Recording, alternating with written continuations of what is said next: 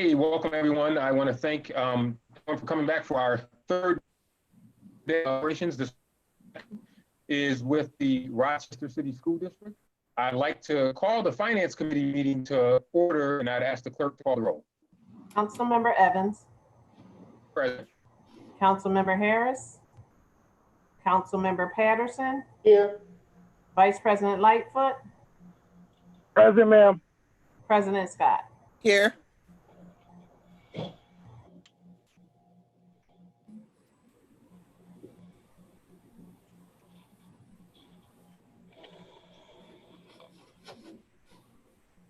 I think Chairman Evans is frozen.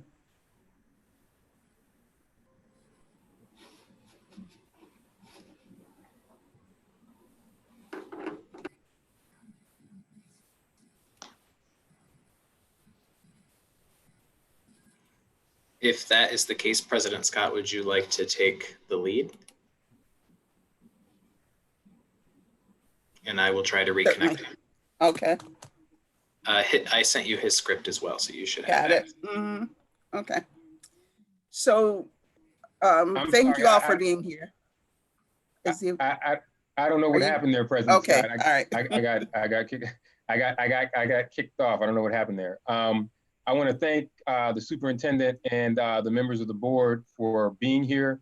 I want to turn it over to Superintendent Leslie Myers-Small to make any statements that she may have and introduce her team, and then we'll get right into questions from council members. So Superintendent Myers-Small, welcome, and I'll turn it over to you. Thank you. Good afternoon, everyone. Good afternoon to Mayor Warren, President Scott, Vice President Lightfoot, Finance Chair Evans, Finance Committee members, esteemed council members, and other City Council staff. I am Dr. Leslie Myers, the proud superintendent of the Rochester City School District. Today, we come to participate in the budget public hearing. Rochester City School District's journey to this moment has been challenging with difficult decisions that had to be made in order to arrive at a balanced budget. Making budget reductions are certainly never easy, and I had to do that for 8 years in my previous role. And former Superintendent Dade had to make several significant reductions mid-year during this school year. It was certainly hard on students, staff, and our community. We admit that it was not a perfect process. I took the helm of RCSD 17 days ago. I have worked closely with the Board of Education, executive cabinet members, and other staff to understand both the budget as well as the decision-making into the budget reductions. Trying to overturn any of those decisions at such a late date would further add to the angst that we have been experiencing over the weeks and months. My goal now is to work over the summer with varied staff to make the necessary transitions smooth as possible. Again, to make the necessary transitions as smooth as possible. I would like to thank the mayor and city council for their continued support and partnership with our district, and I look forward to working with each of you both individually as well as collectively to ensure that each student in the Rochester City School District receives the high quality education that they deserve. I will now introduce my staff. Deputy Superintendent Linda Quick, who oversees teaching and learning, administration, and operations. We have Chief Accountability Officer, Dr. Ray G. Martino, who handles our accountability processes internally and with the State Education Department and the Federal Education Department. Chief of Communications, Carlos Garcia. Chief Financial Officer, Bob Franklin. Human Resources Chief, Harry Kennedy. Information Technology Officer, Glenn Vandewater. Chief of Operations, Mike Schmidt. Chief of School Equity, Dr. Idonia Owens. School Chiefs, Shirley Green, Carmine Peluso, Sheila Webster, and Amy Shavi. Chief of Specialized Services and Special Education, Keisha Morgan. Chief of Student Support Services and Social Emotional Learning, Ruth Turner. Executive Director of Multilingual Education, Abel Perez. General Counsel, Carl Christoph. And also, she's not staff, but she is working very closely with that. And she's the newest addition to our team. And that is our independent monitor, Dr. Shelley Jallo, who focuses on school board governance, the finances, as well as academics. And I wasn't sure, Chair Evans, did you want me to introduce the board, or is that something that you all do? Oh, it's fine. The board, I know that I thank members of the President White. I know Vice President Ellis here, President Elliott is here, and President White, are you online? I thought I saw you. I know we got about 3 pages of screen here. Yep, I'm here. And thanks. Okay, White, thank you for being here, and the rest of the board members that are present. Thank you for being here. We'll get right into questions. We'll get right into questions, being that we have a public hearing that I want to have a hard stop for at around 5:15. So with that, I'll take questions from colleagues. Colleagues, as we have done before, if you have questions, if you can please put your name in the chat, and I will try to get to you. And again, because of the sake of time, I'll ask that folks be mindful of the number of people on the call and the level of questions that you have. Katie Hasselwander is here from our staff, who will keep track of questions that may not have been able to answer during this session, and we'll get follow-up on that. So I'm going to start with Councilmember Patterson first. Councilmember Patterson, your questions. Thank you. So I'm just going to get right to a little advocacy. Varsity School District has one of the best pre-K programs in the country. You guys were looking at making some changes. You made some changes. You rolled some of the changes back. Given that you've got a school year coming up where I just don't know how you guys are going to do this. And I don't mean it from a fiscal point. I mean from the whole education model. How are you going to do this? Kids getting on a bus, going to a building, spending hours at the building, getting back on the bus, going home, repeat 5 days a week, kind of the old model. Is that the same model you're looking to use starting in September?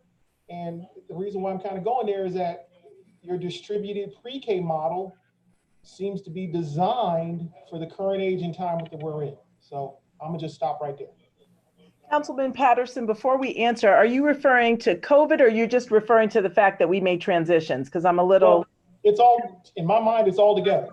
COVID is causing change. Mm-hmm. You have a distributed pre-K model right now. You were looking to consolidate it a little bit more. I think your distributed pre-K model, as originally operated, was wonderful. And I think it fits the time and the age that we're in now. And so that's the first question. That's the advocacy. Can you go back? And then the question after that is, how are you going to do education in September? Because the old model of 5 days a week, get on a bus, go to a school, hang out, get back on the bus, goes home, doesn't seem safe. So one is a little bit of advocacy. The other one's just a general question. Sure. So Deputy Quick, do you mind answering the first question of Councilman Patterson, and then I can answer the COVID-19? Sure. And let me try and just say, we did step back from our pre-K model. Originally, we were going to open up 2 pre-K centers. As you know, we did roll that back to 1, which allows us to return approximately 200 students to, or put 200 students into our programming, both at the pre-K center and at other pre-K classrooms throughout the building, or our buildings. We do know that we have to be prepared for that, and we are. We are working not only with our pre-K providers from our CBOs, but also in preparation for opening up our own center, taking all the necessary steps to staff it accordingly and have all the material, supplies, and plans in place to be ready to be open. We are confident that we can do so. So we are keeping a distributed model. Is just a little bit more of a hybrid, where we have a few more of the students coming to us. But I will turn over to Superintendent Leslie Myers-Small just to talk a little bit about our planning, because pre-K planning is part of our overall COVID reopening plan for the fall, and the team that has been working on that plan diligently includes pre-K. Okay, so before you do that, I'm just going to go back to the advocacy bit again. And the advocacy bit is your original structure seems perfectly designed for the current age we're in. Can you consider rolling it back to the future? Can you go back to what you had as opposed to the consolidation that you're looking at doing now? And then I'm actually done, and I'm going to turn my mic off. Well, it sounds like it's advocacy as much as a question, but the current model versus the next model is really the same. It's just who's delivering it that is changing. So we will not have as many CBOs, and what was going on in the CBOs this year, some of them will actually be coming to our classrooms next year instead of CBOs. So it is not, the model is the same. It's just who's providing the services that are going to be a little bit different next year. A few fewer CBOs and a few more classrooms at the Rochester City School District. But as far as the advocacy, that's certainly a bigger question with regard to the board and Dr. Leslie Myers-Small and whether that is an option. We have done a lot of planning. We've done a lot of notification of CBO providers as well in preparation for next year, and we are in mid-June. So we are well underway to actually implement this as approved in the budget on May 7th. So unrolling it now or undoing it now would be a pretty big lift. We've already enrolled students and gone through that process, and I assume the CBO providers have as well.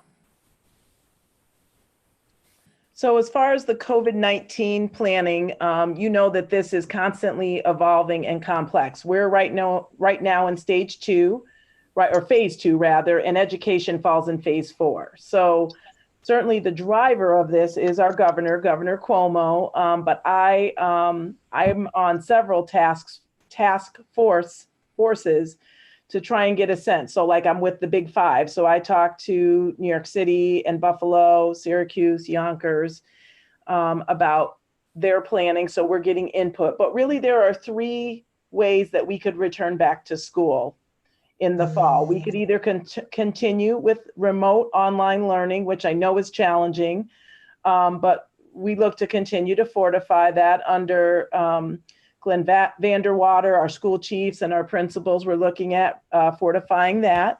Or it could be a hybrid model where some of our students are going to school physically to the brick and mortar traditional concept where others remain working remotely, or they can physically come back to school. I think that's going to be difficult because I've been looking at the CDC guidelines, and there's the spacing pieces that have to go into effect. And frankly, if we're all adults around this Zoom meeting, we need to admit that it's hard for us to keep a mask on all day, right? So imagine a 5-year-old, imagine a 16-year-old, and in between trying to do that. So we have to really keep safety at the forefront. So we're working very closely at the local level. So I'm working with the 21 superintendents, including Dr. Nelm, sitting at the Monroe County Council of School Superintendents.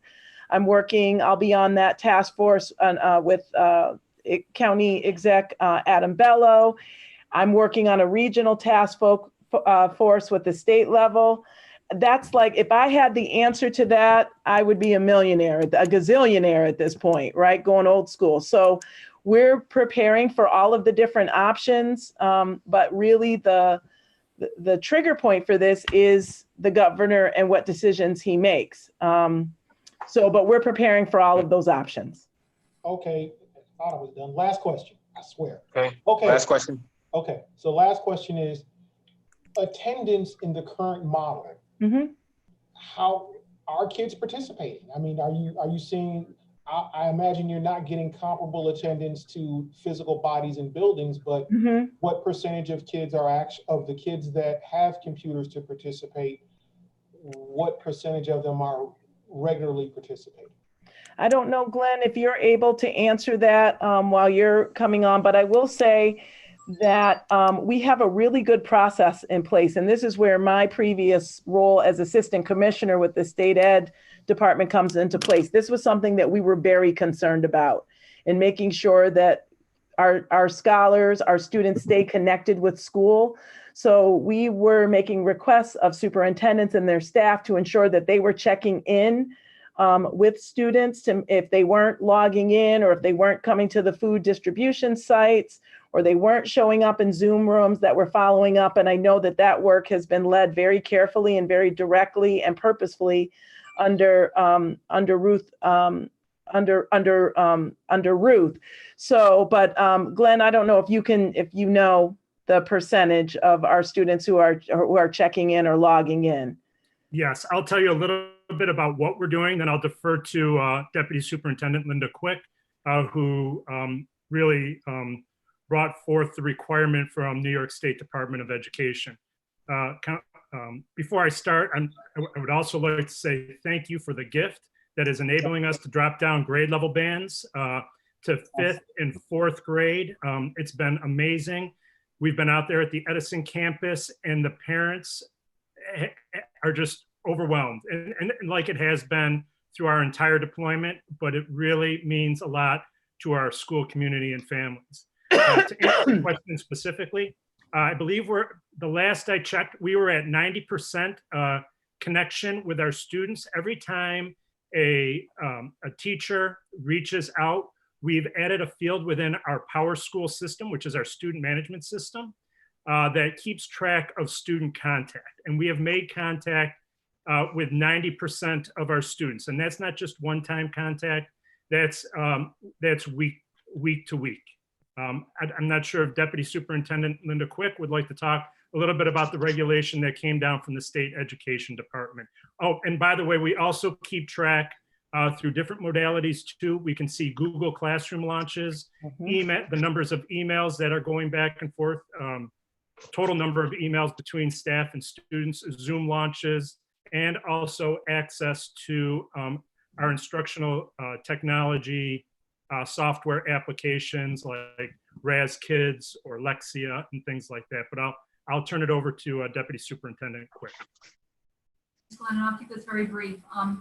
So Councilman Patterson, you had mentioned the word attendance, and the state has not asked us to keep attendance, but we are maintaining contact logs with our students. And as Glenn said, we have added a field in our student management system to do that. We have been maintaining 90% contact. I would say that we actually have greater contact than we actually deployed, and the chiefs are on the line. Our principals, when we realized we were not reaching 10% of our kids, deployed teams to figure out what was happening with those kids, to make contact, to do safe visits, protected visits to homes, to do check-ins, to make sure that our kids were safe, healthy, they had resources, they had food, to deliver resources if they needed them. So we have been doing that. So our contact has actually gone above 90%, but not necessarily regular in that last 10, but we do know that we've accounted for most of our kids. I would also add that Zoom is one resource that we use regularly, as well as Google Classroom, but we also maintain contact through the provision of assignments and the return of assignments. We've been using email, text, phone, any modality we can to maintain that contact with students. So not every student is on a Zoom call or meeting every day, but they are regularly doing assignments, they're doing check-ins versus via email, completing work in digital formats to maintain that contact. So it is by individual teachers, and we leave a lot of discretion to individual teachers to do that reach out. K-5, in our K-5 format, we have actually centralized the instruction so that it is consistent across our K-5 classrooms. The resources are created centrally. They're pushed out to teachers and to students digitally and in hard copy format for use by teachers, so that we are consistent in the delivery and the amount of content that is actually being delivered through the end of the year. I would also point out that we're preparing resources for students to have at home this summer to help reinforce learning during the summer, so that when they come back in the fall, we have not had as much learning loss. So that is actually in the preparation phase right now, and Glenn and his team will help support that digitally. We'll also make sure that certain materials are left at those food sites throughout the summer for parents and students to use. I Okay, said thank I'd let it go, so I'm letting it go, but oh, do I have a lot more questions, but I'm done for now.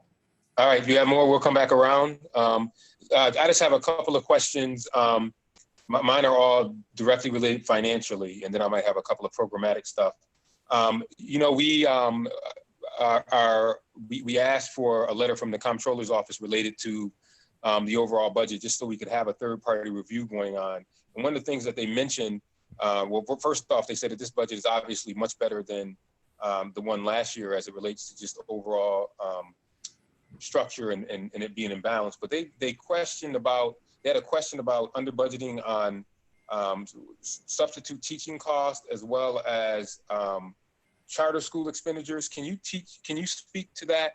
And then they also had some concerns about the cash capital waiver that city council will be considering as a part of your budget. Can you speak to the substitute teaching costs as well as the charter school tuition? Sure, I'm going to have Bob handle that one. Superintendent, and thank you, Mr. Chairman.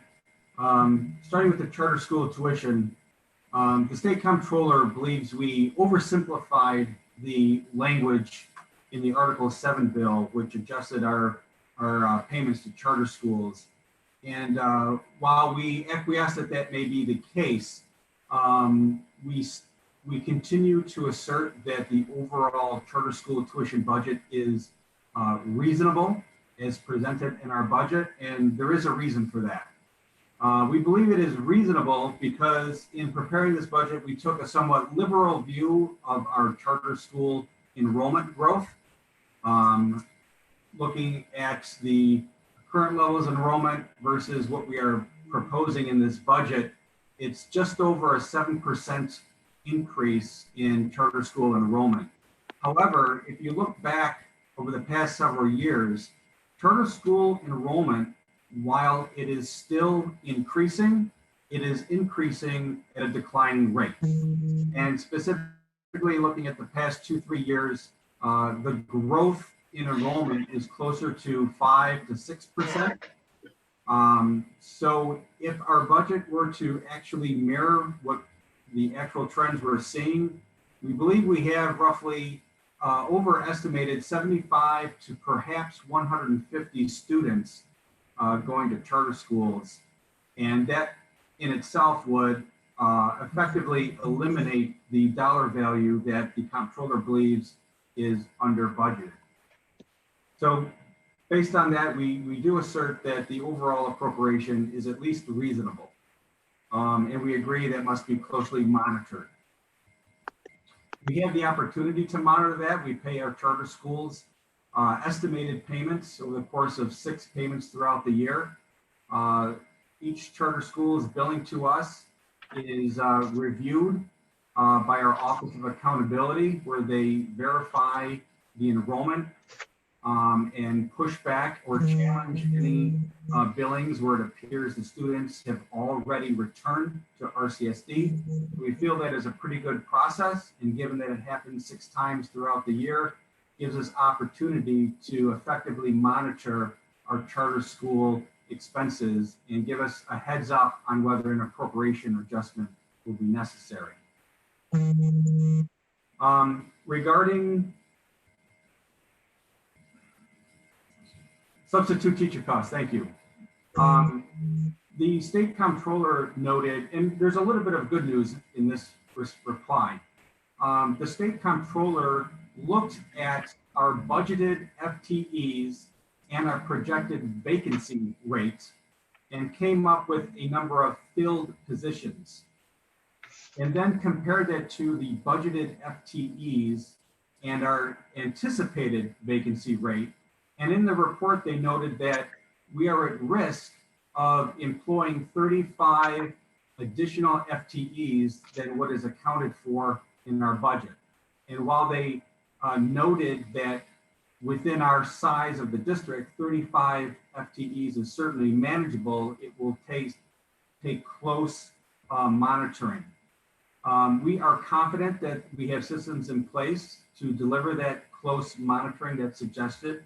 However, the good news is I had the opportunity to circle back with the managers in our human resources office to try and determine where the state comptroller derived their numbers. And I'm happy to report that the state comptroller specifically requested of human resources what the projected layoff FTEs will be. And that is the number we reported. At the time, 262 layoffs were anticipated. Now that is a changing number. The good news, however, is our human resources staff answered the specific question that was asked. I would say that in addition to the 262 layoffs noted by the state comptroller, they should also be taking into account our staff retirements. And to date, we have well over 40 retirement notices received. So the good news there is the discrepancy of 35 positions the comptroller was concerned about seems to be more than accounted for by our pending retirements. We do acknowledge we always have to keep a close eye on our staffing and the use of substitute teachers. The comptroller and you have noted that those estimates have been off the past couple of years, but I'm happy to say that our human resources chief and his team instituted some closer management processes for how we utilize substitutes. And even though we closed in mid-March because of the COVID-19 pandemic, the processes he and his team put in place were demonstrating success. We just don't have a long track record because of the closure. In preparing this budget, we took a pretty formulaic and mathematical look at our substitute budget, separating out and distinguishing our substitute teacher usage due to vacancies versus the use of substitute teachers because people call in sick. And we appropriately and reasonably calculated costs associated with those variety of reasons, which the comptroller felt comfortable with our approach. So we are confident that the team here will continue its close monitoring of our substitute costs. It is a significant part of our budget and a significant part of our budget that has gone awry in the past couple of years. And this team does not want to repeat the mistakes of the past. So we are confident that that will be closely monitored and handled. Mr. Chairman, there were two other comments, I believe. I think you asked about a revenue anticipation note. I believe you asked about all the comments in the comptroller's report. While it's true, at least initially, we are trying to be prepared for a revenue anticipation note well in excess of the amount that was borrowed last August. We do take a conservative approach in projecting our cash flow. And we have weekly discussions with the city budget director and city finance director and city treasurer. We know that the city of Rochester is at significant risk of having delayed or reduced state aid and incentives to municipalities. So we are trying to be very thoughtful in our RAN estimate for what we need to borrow. I think all the city council members are aware that the city of Rochester is our backstop whenever we, as a district, run short on cash. The city of Rochester floats us a loan for whatever, 1 week, 2 weeks, 3 weeks, until the next state aid payment comes in. So it is very important that I will say we aim high when it comes to our revenue anticipation note, because we only don't want to put the district at risk. We also don't want to introduce any more risk on the city's cash position. But we have time. We likely won't issue a note until the second half of August. So that buys us another a couple of months to better hone those cash projections. We definitely do not want to borrow more than is necessary because it does come with an interest cost. Oh, I think that's it. Oh, cash capital, thank you. The last comment, we agree with the commentary provided by the state comptroller that our budget is not yet structurally balanced. And while that is unfortunate, I'm at least happy to say our budget has only one shot, and that is the assumption that City Council will again this year, for the second consecutive year, approve at least a one-time waiver of the city's charter requirement that RCSD spend 10 million of the city support on cash capital project funding. We tried to work that into our budget. We were not able to, so that does remain one component of being structurally imbalanced. We are well aware that as a district, we will need to continue discussing with the city management team and city council on a long-term plan. We will either have to negotiate with you a phased-in approach to adding back that 10 million over the course of several years, or we are just going to have to grin and bear it and make some additional difficult decisions to work that expenditure into our budget. Thank you, Mr. Chairman. Thank you. Council members Gruber, Lupian, if you can just go in that order, please. Thank you very much. And Superintendent Myers-Small, it's a pleasure to sort of meet you. I look forward to being able to truly meet you at some point, not via Zoom, and very much a congratulations on the position. And I don't envy you on your 17th day having to have a Zoom budget meeting, but Thank you. But thank you for being here. And one of the reasons why I'm so grateful to have you here is because, frankly, of some of my disappointment with former Superintendent Dade. And I'm just going to give one example to talk about something that Councilmember Patterson brought up, which is about the change in pre-K to CBOs. I try very hard to stay out of school board subjects because it's not my matter. However, my very first job as an adult in this community was a Head Start teacher at ABC, and I saw firsthand the great work that UPK and EPK does in those facilities. It really disappointed me, in part because Superintendent Dade's argument at the time was partially that if there needs to be 2 schools that are left in terms of facilities, that City Council is going to sell those buildings to new charter schools coming in. He very much used that specious argument several times and never once had a conversation with the City Council if in fact that was what was going to happen or anything like that. And on an aside, I would argue that there's never going to be a time in this community where real estate is the thing that makes or breaks a charter school. I don't think that's the community that we live in. It's not New York City. So to me, that was a specious argument, and it was frustrating that we never had an opportunity to speak with him about it.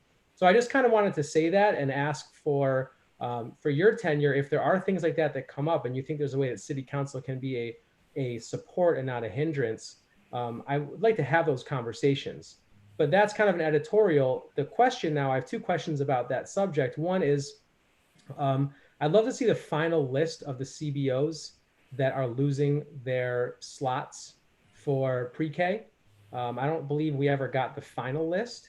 And my second question is related because if on on section 6, page 64, it actually shows that facilities costs increased by over $1 million, a 4.41% increase in this year's budget. So I'm struggling to understand how part of the argument was that this was going to help save some dollars facilities wise, and yet there is a facilities increase. And I'm wondering if someone can comment on that, please.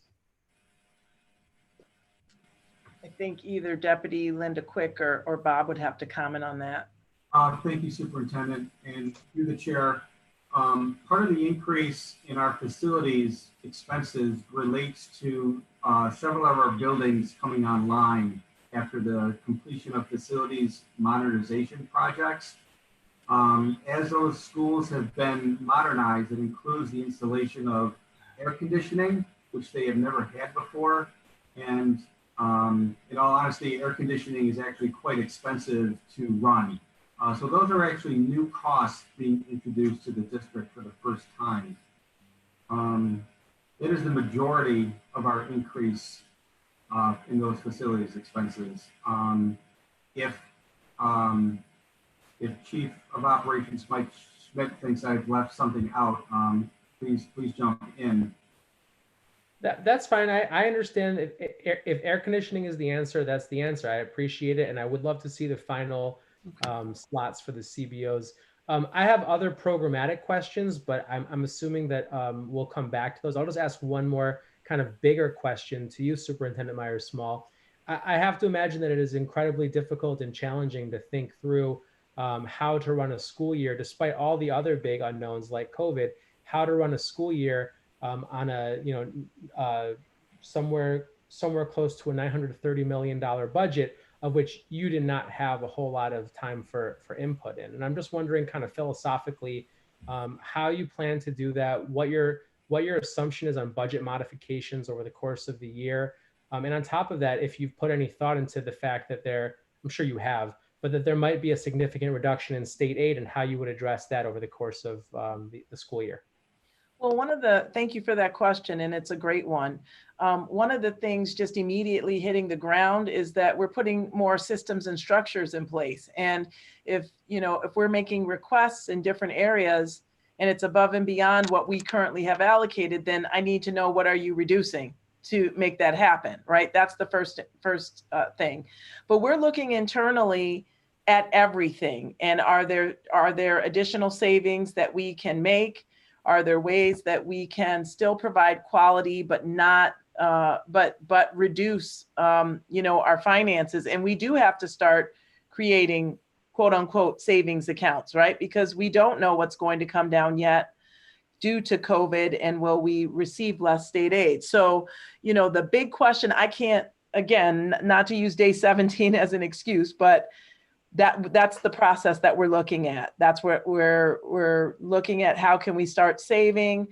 We can't add any additional pieces to our budget, and really making sure that we're asking the question and bringing it always back to, how is this going to impact achievement? How is this going to impact student success, right, specifically? So I certainly can come back at a later date, but it really is hard. And I know you all, it's this hurry but don't rush concept, right? And I'm kind of coming in at the tail end of this, but I'm mindful of all of those things, and that constantly goes into my thought process. Please also don't forget, we do have an independent monitor assigned. So there's that, I don't want to necessarily say that check and balance, but Dr. Jallo works very closely with me, with the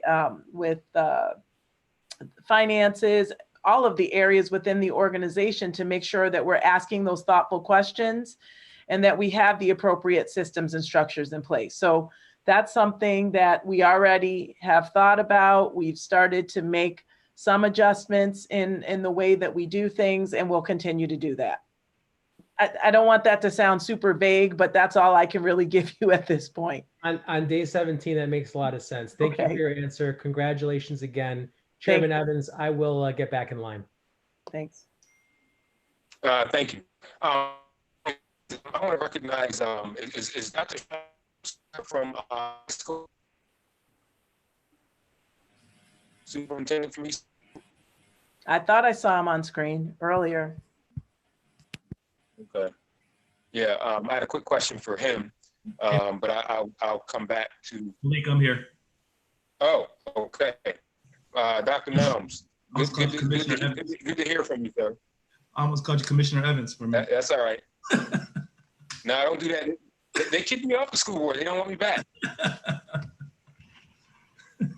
Yeah, Dr. Nelms, can you talk a little bit about, I know that part of this budget modified some of the funding for East High School and the U of R partnership. maybe you can just talk about how East is still going to run for the upcoming school year, and any other particulars on how that's affected East, and how you're still going to provide, how you're still going to be able to provide a high level of service. Well, I'll tell you, Malik, I would be not being honest if I said it won't impact our work next year, because it will. We cut our budget by 20%, which is significant. A lot of that came out of grants and efficiencies. And I would say that we are going to function as tight to the bone as possible. And there's not a lot of room for any error, if you will. And I would say the most impacted part of our program was actually the reduction of staff within larger RCSD. So as newer teachers are laid off because of seniority, we lost essentially our entire math department and our reading department, the ones we've trained for the last 3 to 5 years.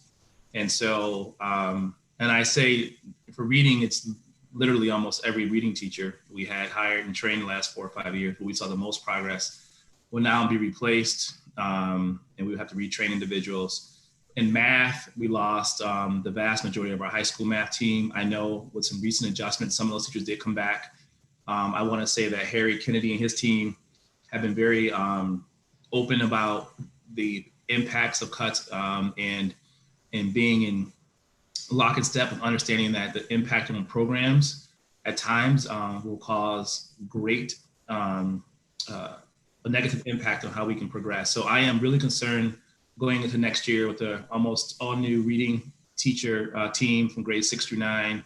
And at one point, almost, I think all but one of our math teachers at high school returning. That's not something that we could prevent. So just for those who are listening, what happens is that the newest teachers are laid off first, because they're the last ones who enter. And we happen to have a relatively new teaching force at East. And some of them have been with us for 5 years, and we're still reduced. Their jobs are still reduced because of the layoffs across the district. So we are hoping and praying that some of those positions will be restored as retirements happen and through attrition. But right now I am really concerned about that. And there's nothing we can do about it in terms of the tenure laws. But again, HCI has been really transparent and working with us. And every time there's a person who's able to come back, they've informed us because of retirement. So it will be an ever-changing cycle of who's going to be on our staff, probably up until the start of school. And our goal is to make sure through receivership powers that we get every teacher back who gets recalled to the district. But it's a pretty major impact. I'm not going to lie. But it's not because of anything that Dr. Leslie Smalls did or her team. It's a matter of how the budget decisions were made previously.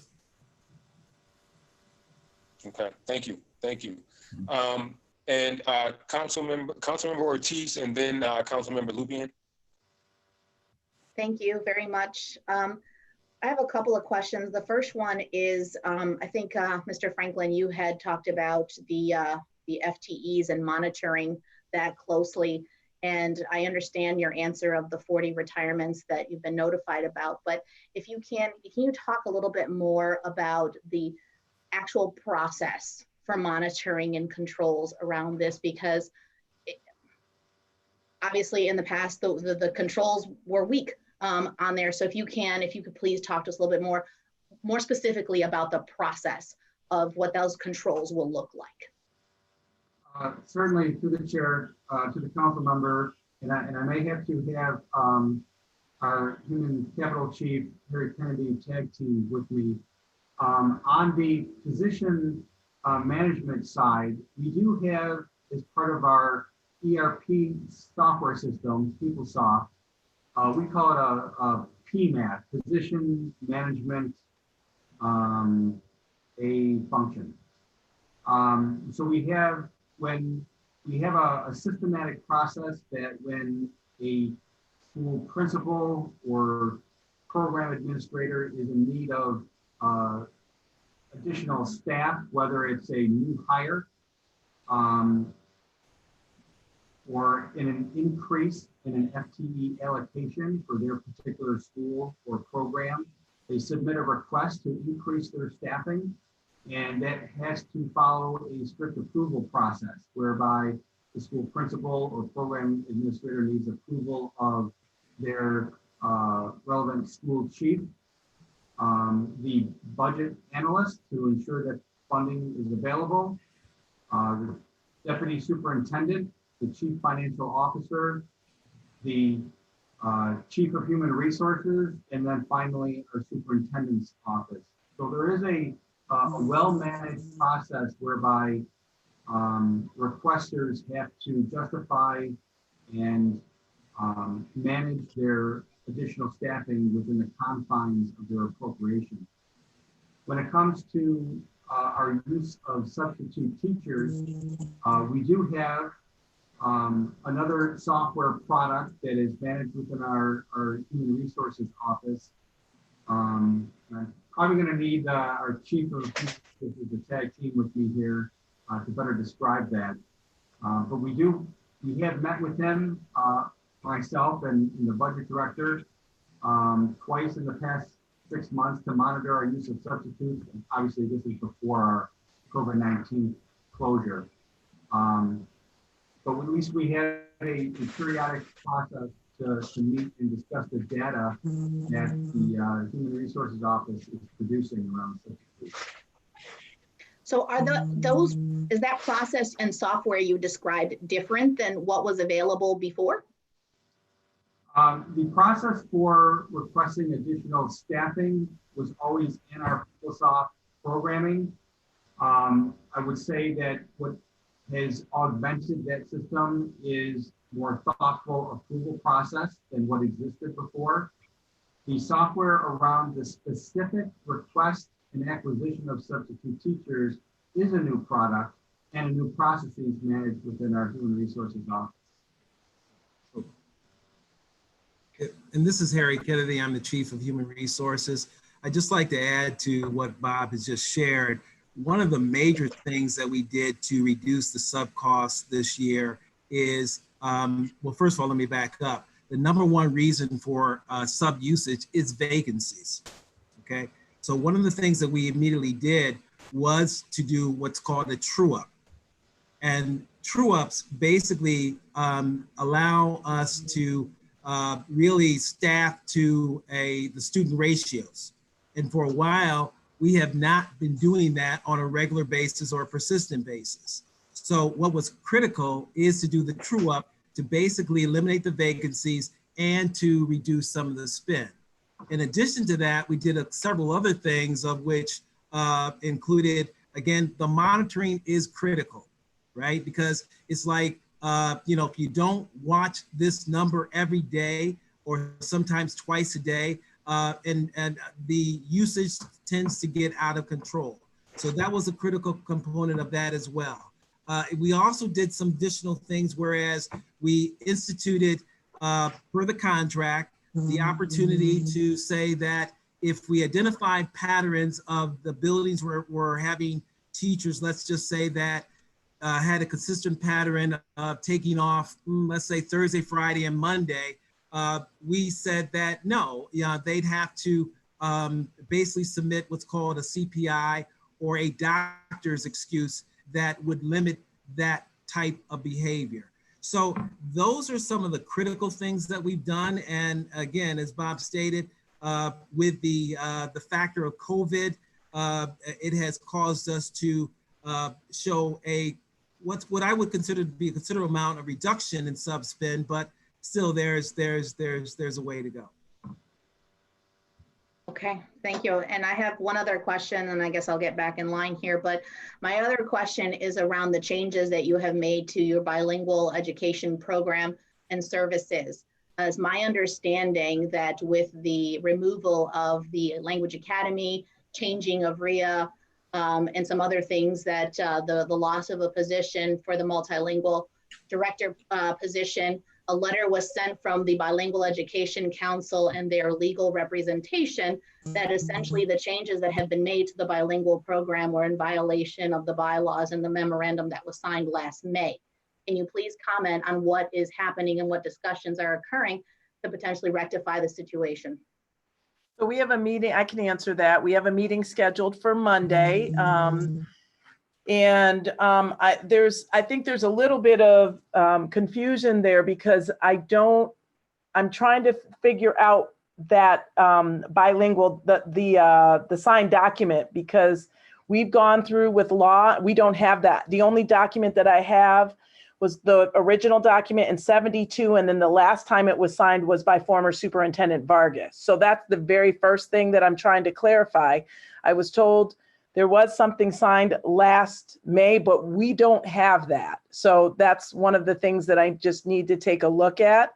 And then we will go one by one through the requests or the concerns, so we can get some clarity. We're working on our side to get responses to that. But the very first thing is we're not on the same page as far as when the latest document was signed. Okay, yeah, so I was under the impression that it was in May of last year and it was presented to the BOE on May 23rd. So perhaps pulling the records from that date, I'm not really sure.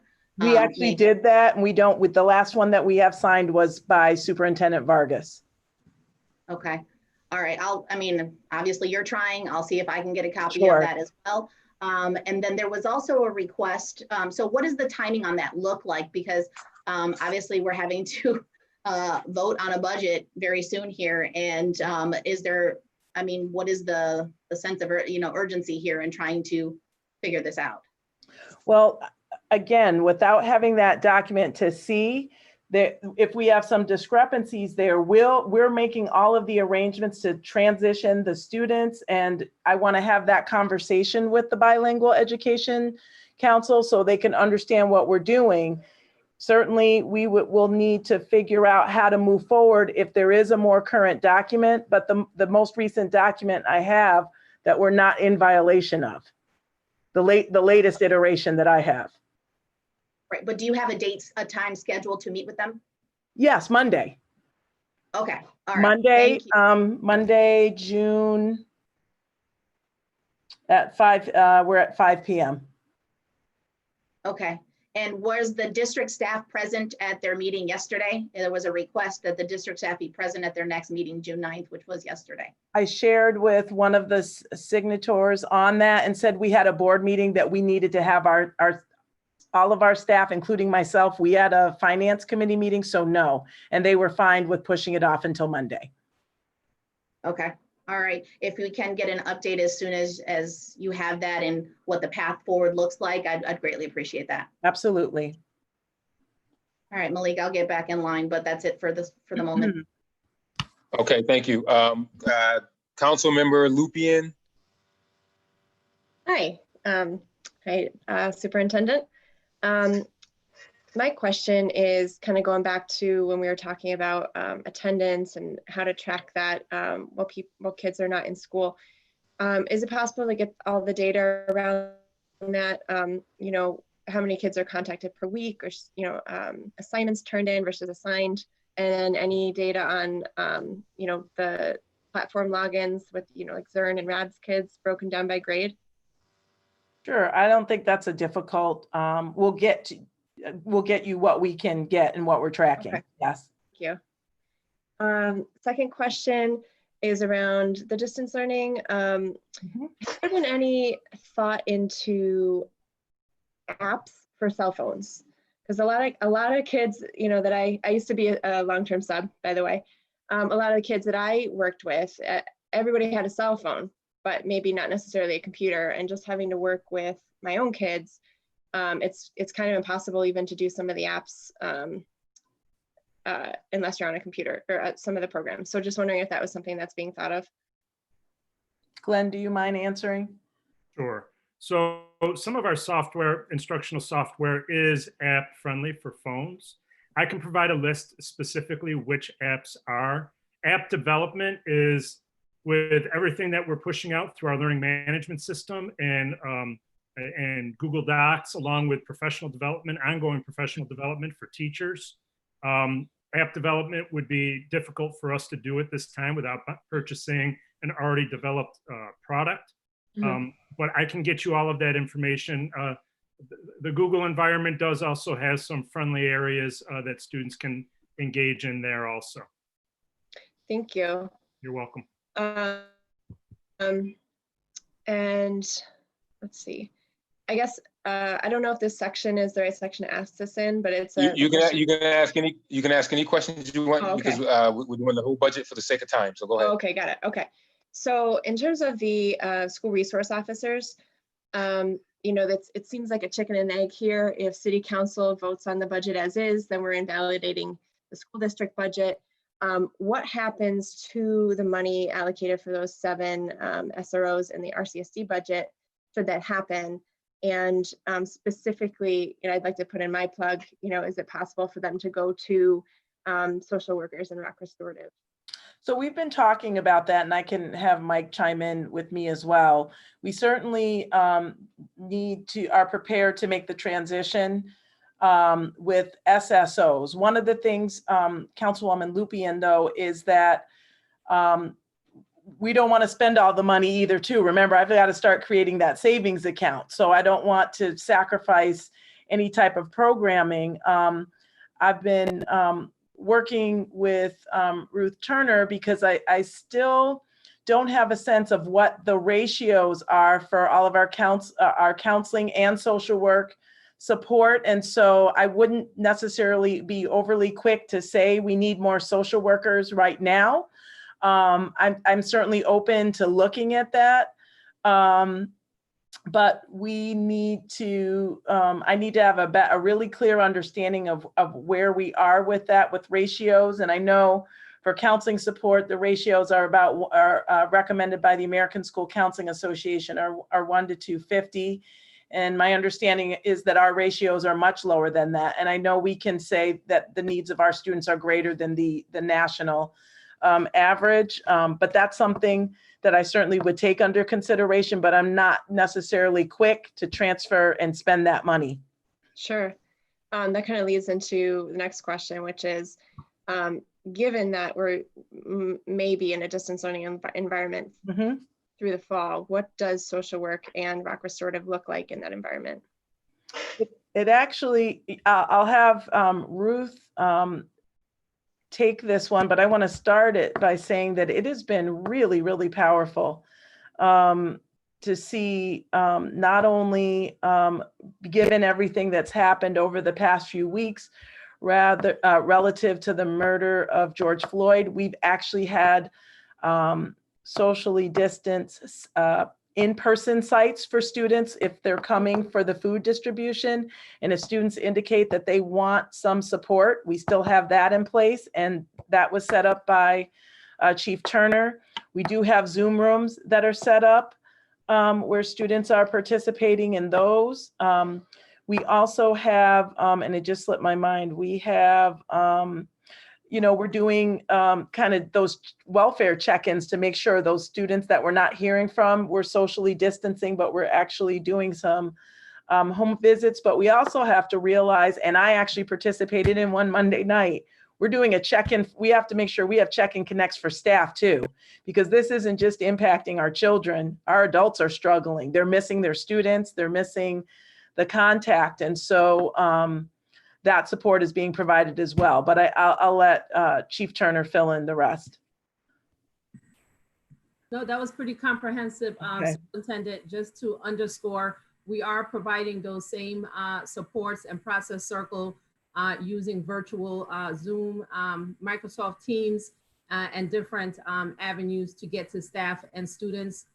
As the superintendent said, staff are making home visits to students that we have not been able to get in touch with and families that we've not been able to get in touch with, and providing drop-in sessions online for both students and staff.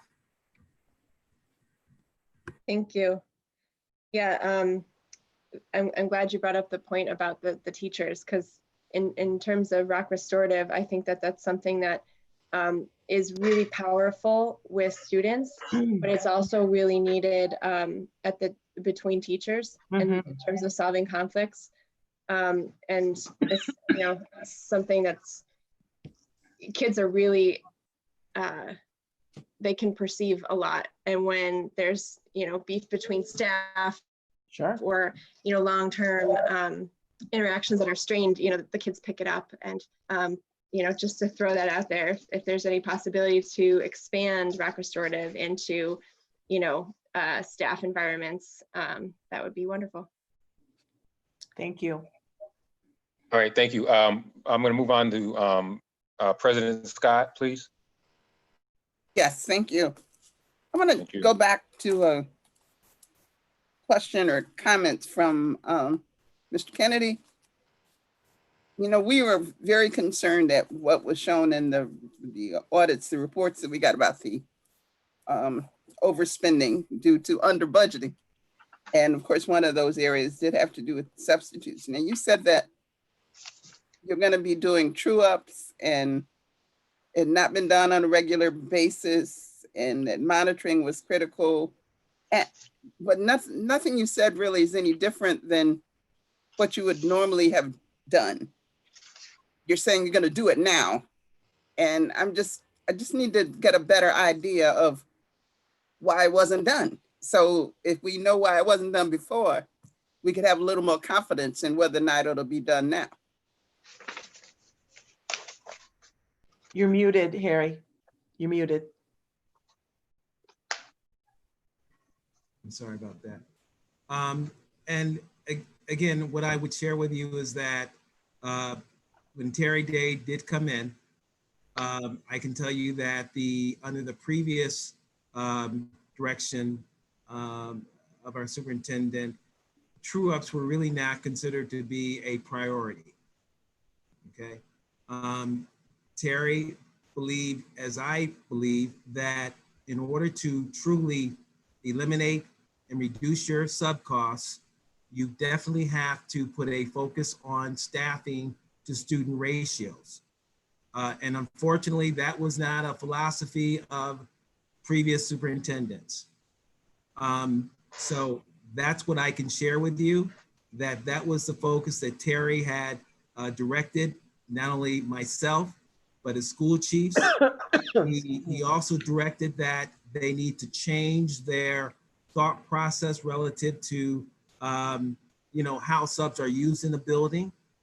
And again, I can just share with you that was not the philosophy of prior superintendents and or the direction that was given from the superintendent at that time. And does that apply also to the philosophy around monitoring those kinds of costs? So here, and to answer that question, it is hard to monitor the sub use in a building if it's just coming from let's just say from my department, okay? And from that perspective, a lot of this starts from the top and it permeates down so that when I do go and say that we have to put a stronger focus on it, it will get better traction. So that's where we were. And again, under Terry's direction, and I know that Dr. Myers is of that same thought process. These processes have got to be consistent and they've got to, again, be taken seriously throughout each and every building. Thank you. On to another question. In looking at some of the variations in the budget, one of them that catches my eye is the chief of schools, which is at a 77% increase. Can somebody tell me what that is? Bob, do you mind taking that? Yes, thank you, Superintendent. And thanks. Through the chair to President Scott. The increase a number of individuals have commented on within the chief of schools is largely attributable to the way we budget. There are a number of costs that we as a district choose to budget centrally as opposed to in each of the schools. Such items could be instructional supplies, substitute teacher costs. There are a variety of costs that we, for the initial budget, appropriate dollars within the chief of schools, but as the expenses actually manifest themselves, the expenses are charged to the consuming school or department. So at the beginning of the year, the budget resides centrally, and throughout the year, the expenses are incurred decentrally. So throughout the year, our budget office will transfer those central appropriations to the schools or programs utilizing the cost. So if you compared not budget to actual, but budget to prior budget, you should see a more corresponding dollar amount. It's just the uniqueness or the style in which we budget central costs that make a comparison of budget to actual a little disorienting. And who monitors that? Who's responsible for making sure those numbers balance? That is a function both within our budget office and with the school principals or program administrators. Our budget office produces for those individuals on a monthly basis their budgets. I believe it's called a budget status report or a budget availability report. So that really is a joint responsibility between our budget office and the program administrators or school principals to monitor the use of their appropriations. Through the chair, through President Scott, I will say, I would like to echo the comments made by our Chief of HR, Harry Kennedy, in that under prior administrations, this was not necessarily a priority. I will suggest to you that both former Superintendent Dave and Superintendent Myers-Small are very committed to fiscal responsibility and sound financial management practices. It's a refreshing, it's refreshing within the finance department to see that kind of commitment. In your comments about the report from the controller, I heard that it seemed that you were disagreeing with the way that they arrived at your conclusions, because they looked at one set of data that you didn't think accurately reflected the reality. Tell me why. No, let me ask it this way. Did you have those closeout conversations as they were developing their opinions? And if so, did you have that discussion at that time? And if yes, can you tell me why that inconsistency, as it were, would not have been resolved then? Thank you. And through the chair to President Scott, I was specifically referring to page 3 of the comptroller's report of their current budget review, where they used an analysis of where our budgeted positions versus our budgeted vacancies to derive a net funded position. And then they compared that budget amount to what are we currently doing today?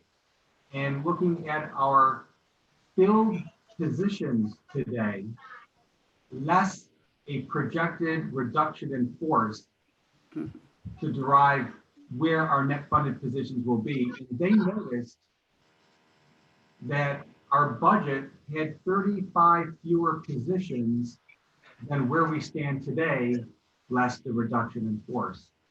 And it's not a disagreement in their approach. It's that they asked a very specific question of our human resources management team. They specifically requested the number of layoffs by union, and that is the information that was provided. If the question were a little different, to include the number of anticipated layoffs plus retirements, I believe they would have had a more complete picture of our reduction in force. When you look at our budget book, we are reducing the number of budgeted positions by over 395. Clearly, some of those are vacant positions. But when you look at all our layoff notices and retirement notices, we are in a much better position than what the state comptroller's office thought we were in. Did you have an exit conference at which that was discussed? No, ma'am, we did not have an exit conference. Time just did not allow for that. And Bob, if I could just, and President Scott, if I could just share this. So, and again, the auditors, again, in the spirit of transparency, we gave them what they asked for. They probably were going to various different departments, and again, that's what they do. However, in the data that we provided to them, we specifically stated that when you're riffing, you report a RIF number, that's just a point in time. What is not accounted for is the attrition. So attrition continues throughout, and when we gave them a number of RIFs, there's still attrition that's taking place. Even as of today, we're getting retirements and resignations. So all we're saying, or all Bob is saying, is that that attrition number was not factored into their final number. And I don't think it was an error on their part, or I could say definitely was an error on our part. We're trying to be transparent.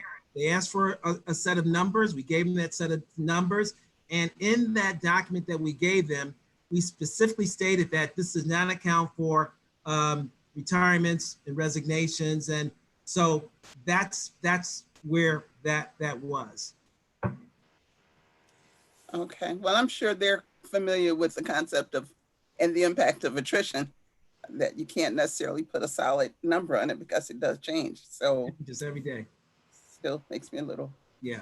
It's a little bit, again, the staffing process is a little bit complex. And again, it's not as easy as, the math number. Okay, today, 2 + 2 = 4, because things are constantly shifting when you're trying to, staff and oh, by the way, lay off these, a number of people that we're laying off. Okay, thank you. Welcome. Thank you. Vice President Lightfoot, and then Council Member Patterson, and then Gruber. Well, thank you, Mr. Chairman Evans. And I want to say congratulations to Dr. Leslie Myers-Small. It is an honor and a privilege to be able to get to see you in this capacity. And I wish you well in your new position. Thank you. My questions are veering just a little different from my colleagues here. Not so much in the nuts and bolts, but at the same time, I think this is a very critical question. We in our budget this year, we've started our racial equity and leadership program through the city of Rochester. We're using a racial equity tool. And throughout the budget, I haven't seen any racial equity language and or tools that are being used. Through you, Dr. Myers, do you see yourself in future budgets, or is that an area I think that the city school district should be thinking about a racial equity plan? Mm-hmm. I agree unequivocally. So I think not to say that dealing with racism, anti-racism, equity, diversity, inclusion, and I'm not trying to lump them all under one, but those are all issues that we need to grapple with and deal with and address head on. I think, frankly, I can't answer for those making decisions previous to me, that there were just such other high priorities that they needed to get us to this day. But that's something that I'm spending time over the summer looking at and trying to figure out, whether I know the real team. I met with them on Monday and they presented me a document that they shared they had worked 2 years on. And my say back to them was, after our 2-hour meeting, that I needed to really take a look at it, get my understanding, and see if there are any modifications or friendly amendments that the district would like to make to that. They certainly have expertise, and they've spent a lot of time working with our district. But as I shared with them, Councilman Lightfoot, I also have to juxtapose that against COVID-19 And, and I don't even know what September is going to look like yet. So it's a both and. I need to pay attention to it, more than pay attention to it. It has to be a priority and a focus. And I just need to see if that plan that they have presented is what we will move forward with, or if there will be amendments to it. So this next question, you kind of was speaking to it when you were talking about priorities and what other administrations have done. At the end of the day, budgets are a reflection of our priorities, right? So I mean, you didn't have very much say in this. So I'm not trying to put a lot of this on you, because I would guess that a lot of this took place prior to you taking office. But I'm speaking specifically to Councilman. Okay. I was hoping you might have got one page. They may have gave you the letter or something. But all of it has been done prior to you coming in. So my question to you then, what is your vision?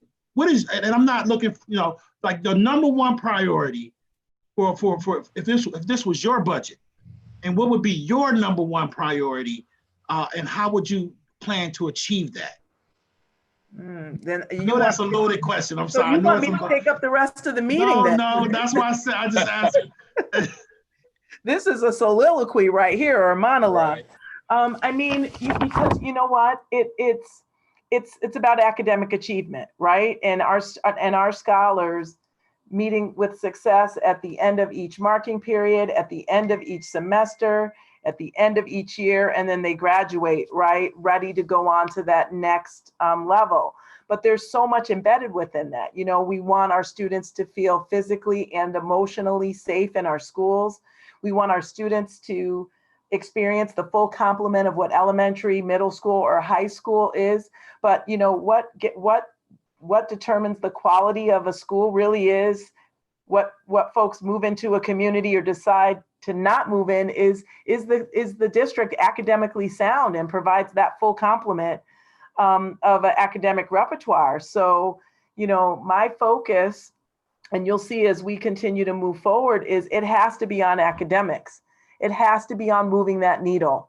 In my previous role, Councilman Lightfoot, I was over receivership. There are 43 schools in receivership across the state of New York.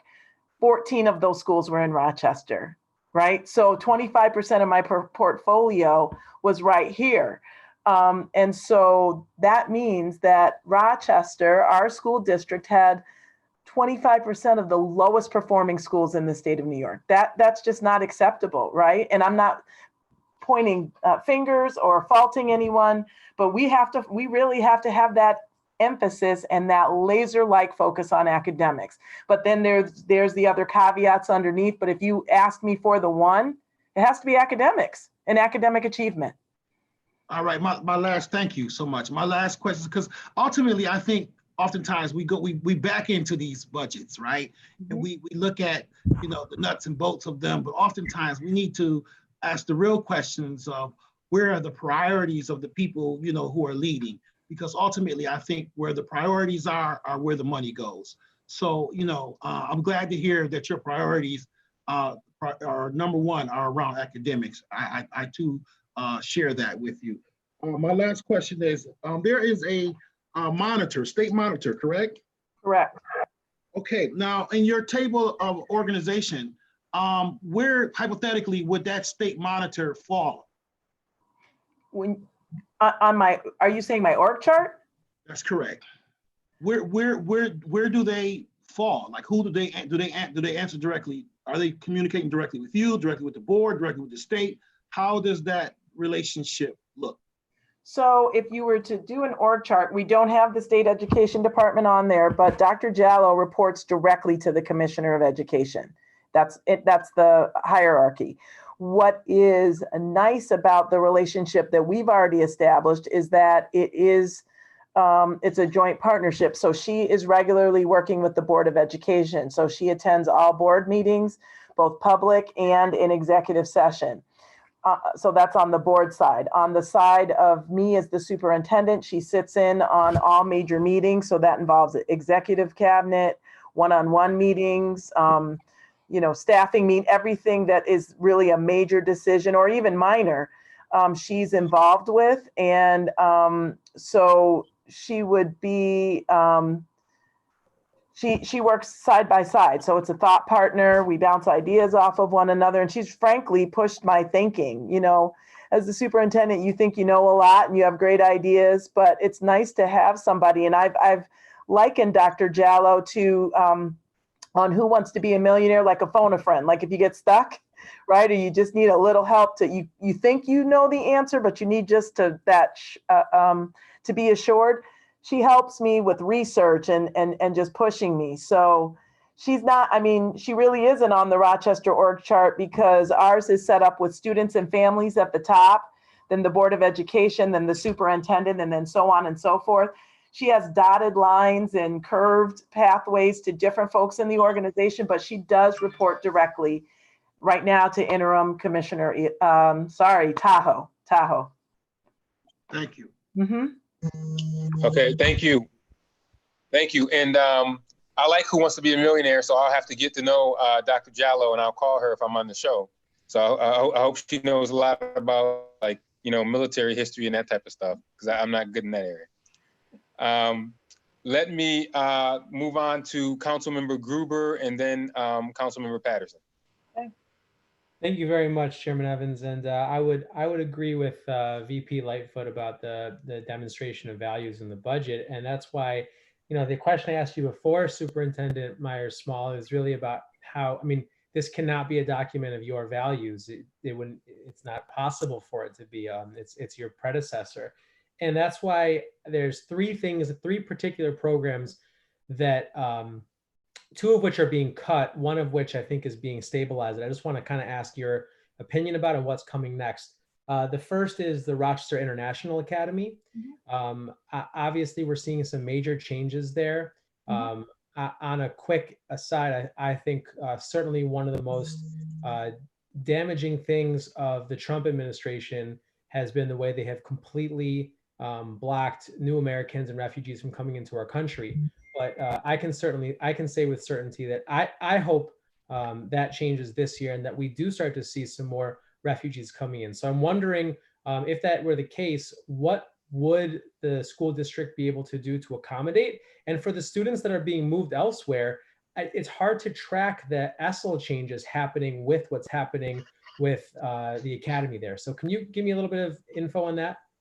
What's happening with RIA specifically? And how the students there are going to be able to be well served without an increase in ESL teachers around the district. So I'll start, and then I'll have Deputy Quick respond. So this is something that's a priority for me as well. And I met with the principal probably 2 or 3 weeks ago. And she very passionately, you know, advocated for the program. And I think the hope was that we would go back to K-12. And I told her that we could not do that, that the state education department had sent communication and that we needed to transition. So we have been working since Rochester, previous to me coming, started working on that and looking at, having students transition into our different programs. I've already had conversations with chief of schools because, you know, one of the things, let's just be transparent, that has been said that there's the feeling that all of our schools aren't inclusive or create that welcoming environment like RIA does. And I think, frankly, some of my principals have been offended by that comment, right? So, but we've had that conversation and we'll continue to have that conversation. But as far as the specific staffing, I'm more at the higher level. So I'm more on the balcony. But I know that so far they've been able to make movement and they're pretty close to finalizing. But Deputy Quick, if you could help me a little bit on that too, I'd appreciate it. Sure, you're doing a great job answering it, but let me just add a couple of things. So, you know what, can you turn yourself, it's hard, I'm having a hard time hearing you. let me try again, I'll speak up. There you go, okay. We are trying to comply with the terms of the corrective action plan issued by New York State. And they have been working with us on our plan to transition students out of RIA. In particular, RIA will move to a 7-12 model, so we will have K-6 students transition out. We have several buildings that have bilingual programming and are able to accommodate students from RIA and up through the transitioning and beyond. And so we have plans in place to transition those students. We'll go through student by student, work with families to place them in existing programming and buildings. And we have had to adjust our staffing ratio to accommodate those students in those buildings. But our chiefs have been involved, the building principals in the buildings that have those programs have been involved. And we are excited to be able to integrate them into our other schools and programs where they can be successful. And we will ensure that they are with the appropriate student supports in place and these appropriate staff to meet their ESL needs, bilingual needs. Thank you. So each and every one of them are going to kind of get a little bit of individualized and tailored guidance for the best school for them based on the language realities. That's great to hear. That's the goal. That's the goal, honestly. And I know, because I'm sorry, I cut you off. Go ahead. No, by all means. No, and you know, I understand, like I said, Mary very tearfully and very passionately shared her concerns. I had a conversation earlier today with my one-on-one with Vice President Elliott. She, you know, she is the liaison to that school. So we are working very carefully to make sure that that transition goes smoothly. It's on my priority list. I know that that was very difficult and actually painful in some cases. So I am monitoring that myself.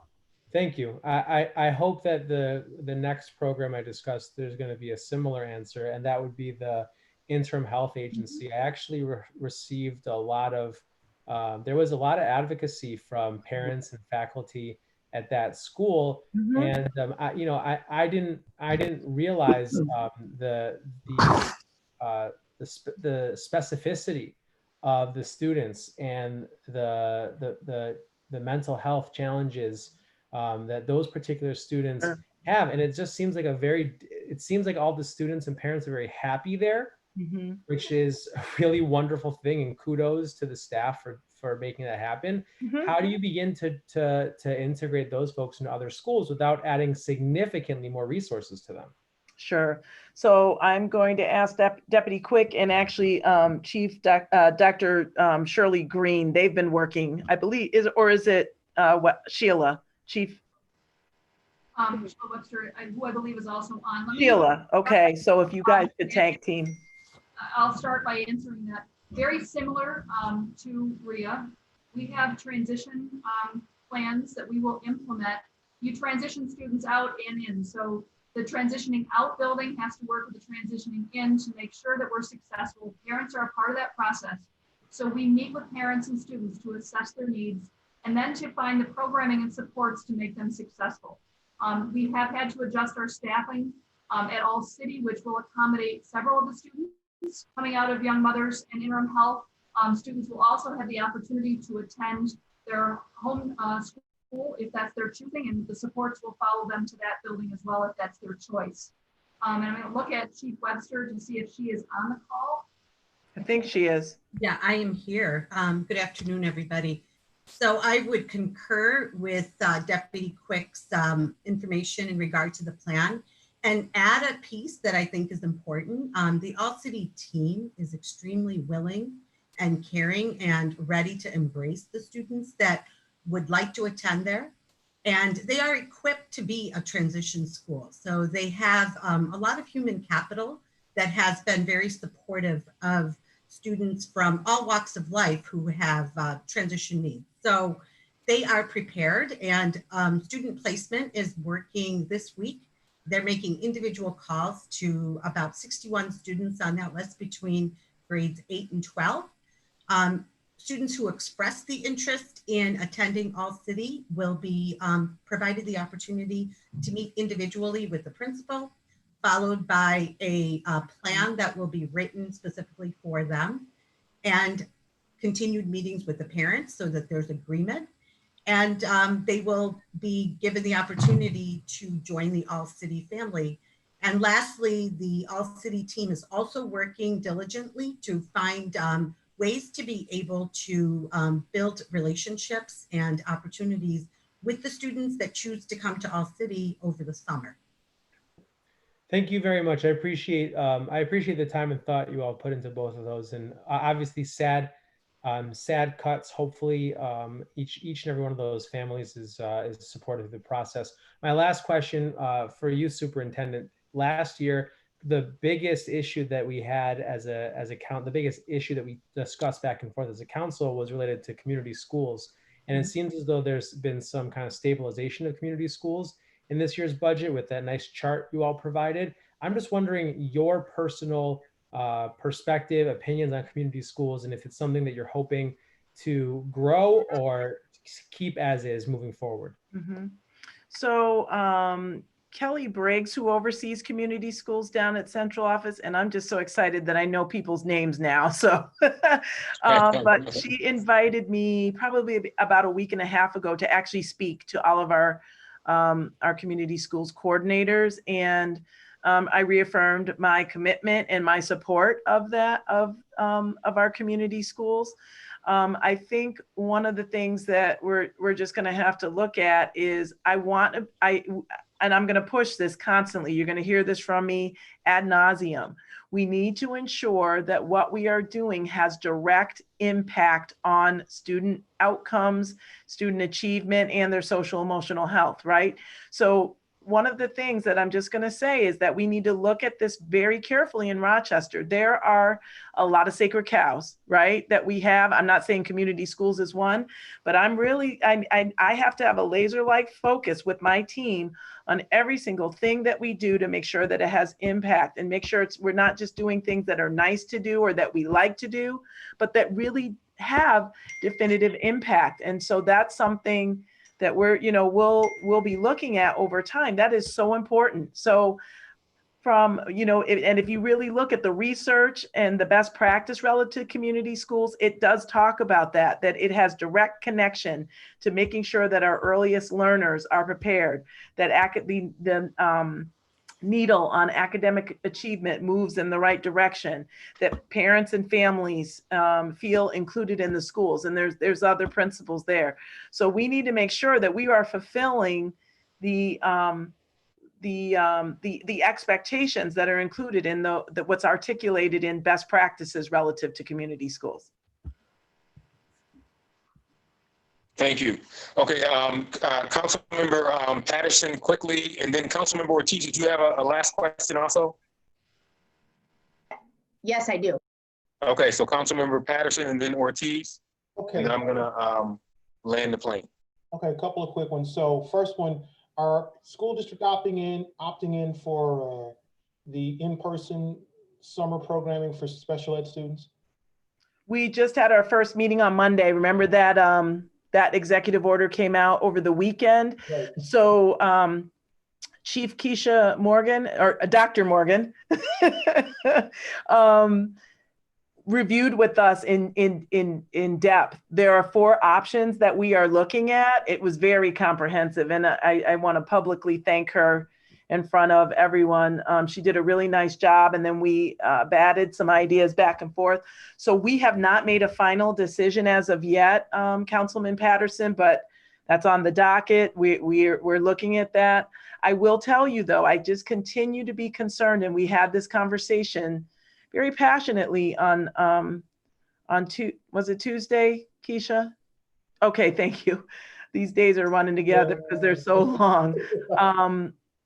That one, we're just a little concerned. We get the need for providing academic in-person services, but this is one of our most vulnerable populations that we are, quote unquote, we feel like we're trying this out on. So we're concerned about that in Rochester, and we have many students with disabilities. So one, but what are the things that we need to be mindful of? And I've talked about this at the beginning. Are our students going to be able to keep the masks on? How do we determine if we have students who are medically fragile?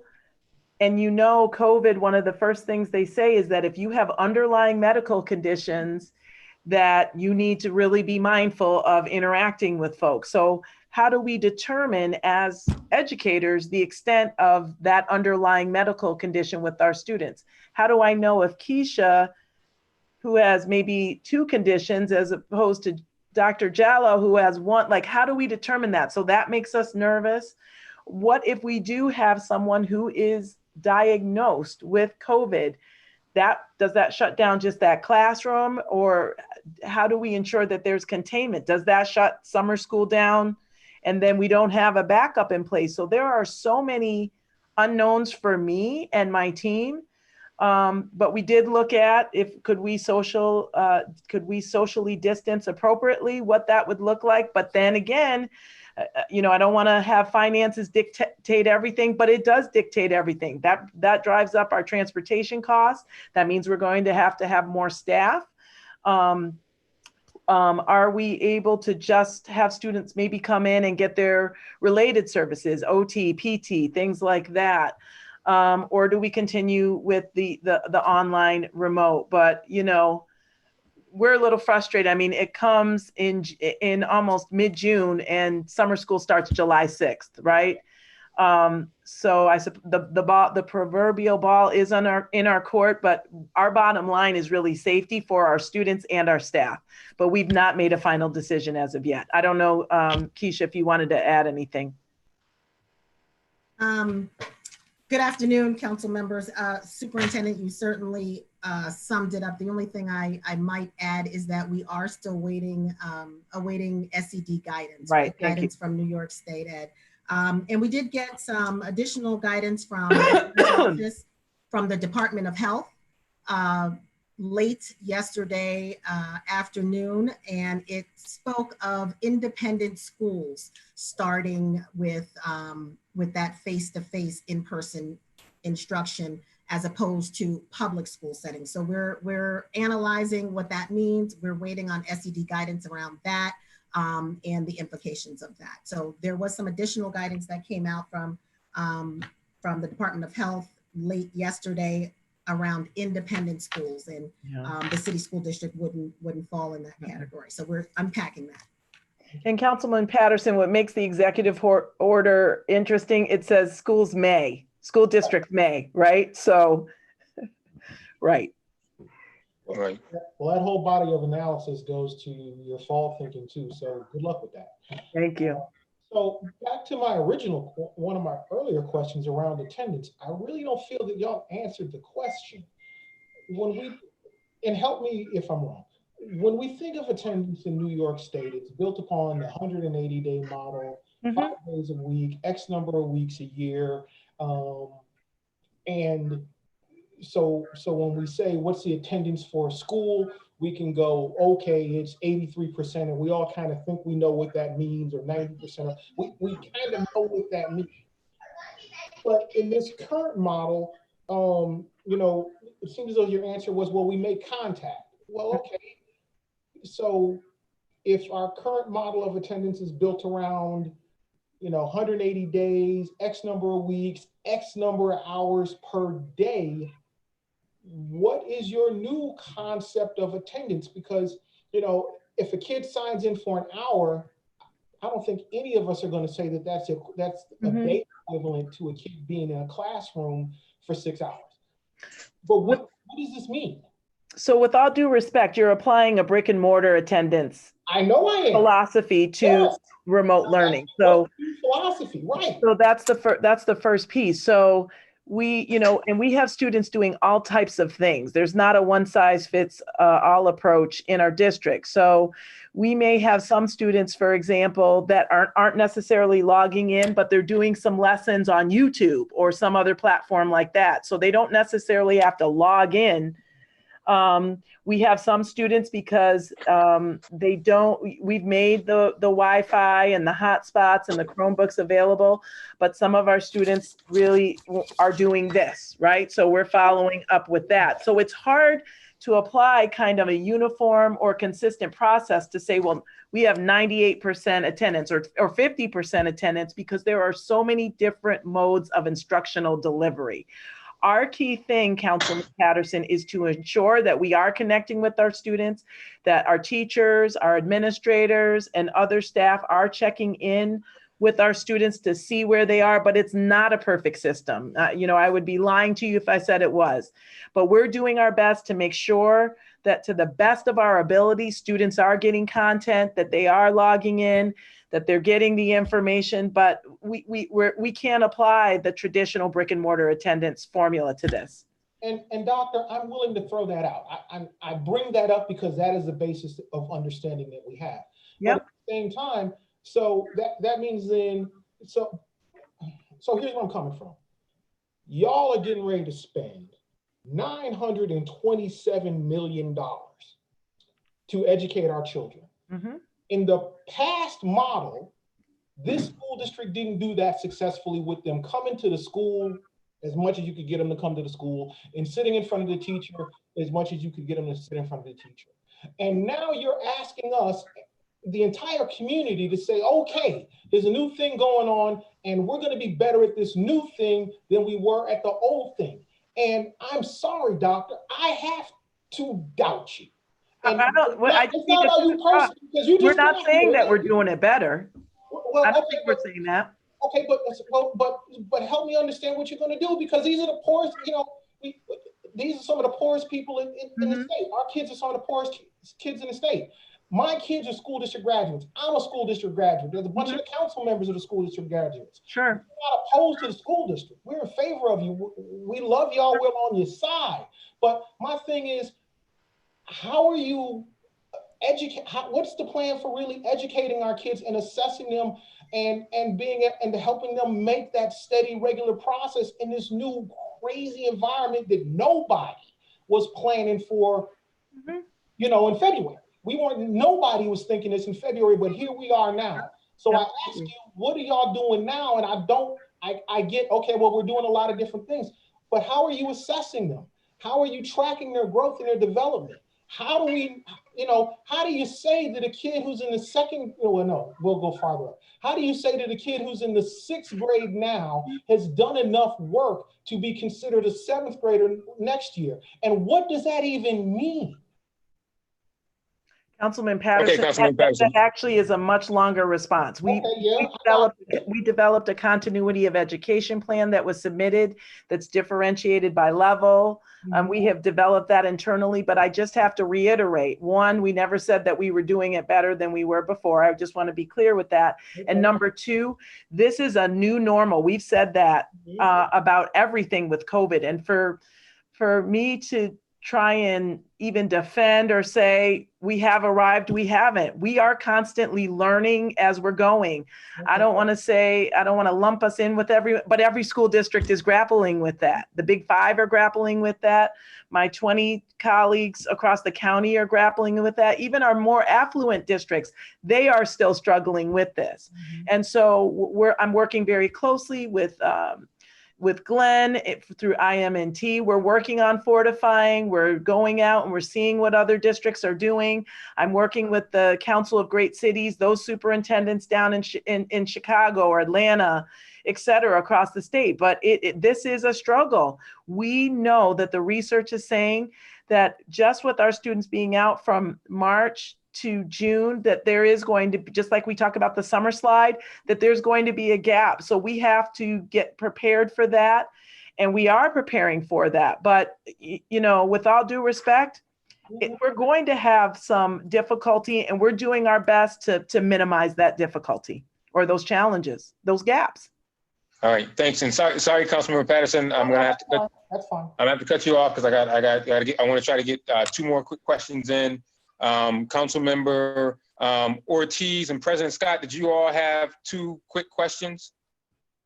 Yes, I just have 1 quick question. And Dr. Myers, I appreciate your comment that the decisions that we make must directly impact the children and that anything else is really unacceptable. So one of the questions that I had, and given that and ensuring that we, the decision we make around staffing, because there was a mention of, obviously there's layoffs, there was a mention of this true up and student ratios and limiting positions that get further away from the classroom, all of those type of things. So I guess, I don't know if it's an instructional thing or a philosophical thing, but if someone can help me understand the FTEs that were added at the administrative level, that if I'm not mistaken, I guess they're coaches or whatever they're called, how that will actually directly impact students based on what you just said. And again, I know you weren't here for these decisions per se. And I don't, was there 5 of them, 7 of them? I can't remember. Are you referring to the instructional coaches? Yes, ma'am. So Yes, ma'am. even though they are not directly in a classroom, we constantly get shifts, and Deputy Quick, you can back me up on this here. So for example, the social studies curriculum is changing, right? And so we need folks, instructional coaches are not administrators. They are teachers who are on assignment. So they're not teaching 25 children in a classroom.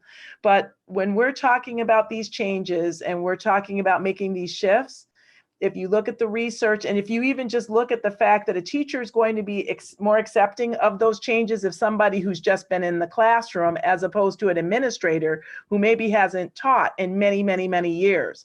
So they're able to take the content, they're able to either work side by side or deliver professional development. And this is always, in my previous district and in other districts, this is always seems to be questioned or even a point of contention because they are seen as administrative, but they are boots on the ground helping us interpret and then actually deliver the professional development or the support that our teachers need to make these shifts. And this does directly go to how students are achieving, because whether we like assessments or not, that's how the Rochester City School District is graded, and our success or quote unquote failure is determined on how our students do on 3 through 8 testing and Regents exam with the 65 or higher.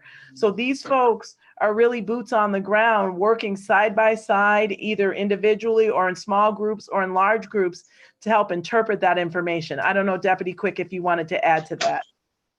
Oh, that's a perfect answer. Thank you very much. There are 7, by the way. That's okay. Are remaining in the budget.